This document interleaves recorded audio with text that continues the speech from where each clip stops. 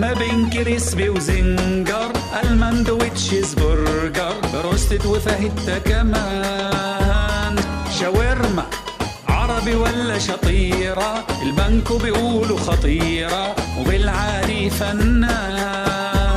صوصات مايونيز عادي وتومية، باربيكيو وسلطة شهية، صوص حلو وحرق ولعان. لسه الأصناف كتيرة يا حمادة، باين كده هتبقى عاد.